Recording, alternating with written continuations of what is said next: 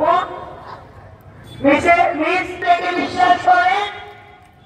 শুধু বিশ্বাস করলে তো হবে না মা, আমাদের এই ভোটের যুদ্ধে আমাদেরকে জয়ী হতে হবে। কথা বলি, সমতার কথা বলি, সেই অর্ধেক জনগোষ্ঠীকে পিছিয়ে ফেলে অধিক সাংস্কৃতিক মুক্তিও নিশ্চিত করে তিনি। সে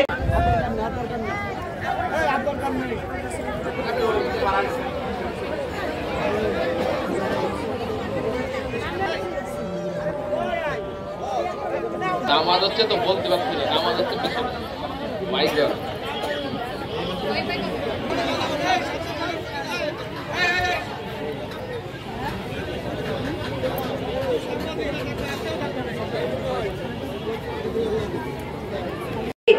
নারী বিষয়ক মন্ত্রণালয় প্রতিষ্ঠা করেন নারীর ক্ষমতায়ন এবং উন্নয়নের লক্ষ্যে। অর্থনীতিতে নারীর কর্মসংস্থান সুযোগ সৃষ্টি করার জন্য তিনি শিল্প খাতে বিশাল বিপ্লব ঘটিয়েছে নারী কর্মসংস্থানের মাধ্যমে।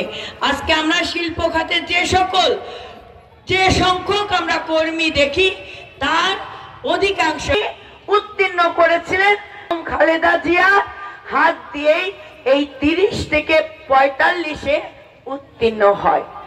আপনারা দেখছেন না, আমাদের অনেক নারীরা, আপনার সন্তানরা যায় না মা, সেই পরিবেশটা কে সৃষ্টি করে দিয়েছে বলেন? নারী মাধ্যমিক শিক্ষা ভাতা চালু করেন, গ্রামীণ মেয়েদের শিক্ষায় এক বৈপ্লবিক পরিবর্তন আনেন। তিনি বিনা বেতনে শিক্ষা ব্যবস্থা চালু করেন। তিনি মাধ্যমিক প্রদান এবং রাষ্ট্রীয়ভাবে পদক্ষেপ গ্রহণ করেন। আজকে আপনারা দেখবেন, ঢাকা বিশ্ববিদ্যালয়ের দিকে তাকাবেন, আমাদের অসংখ্য ছেলে ইঞ্জিনিয়ার হচ্ছে, জজ হচ্ছে, ব্যারিস্টার হচ্ছে, কিন্তু এক সময় আমাদের মেয়েরা এগুলো স্বপ্নেও ভাবত না। দেশনেত্রী বেগম খালেদা জিয়া এই নারী শিক্ষার অগ্রগতি এখনো কিন্তু চলমান আছে। আগামী দিনে বিএনপি নিরাপদে থাকতে পারবে, মানে আস্তে আস্তে করে সূক্ষ্ম কৌশলে নারীদের পায়ে তারা শিকল পরিয়ে নারীদেরকে ঘরে বন্দি করতে চায়। আমি জানতে চাই আমার মা বোনদের, আপনারা কি বন্দি হয়ে থাকতে চান?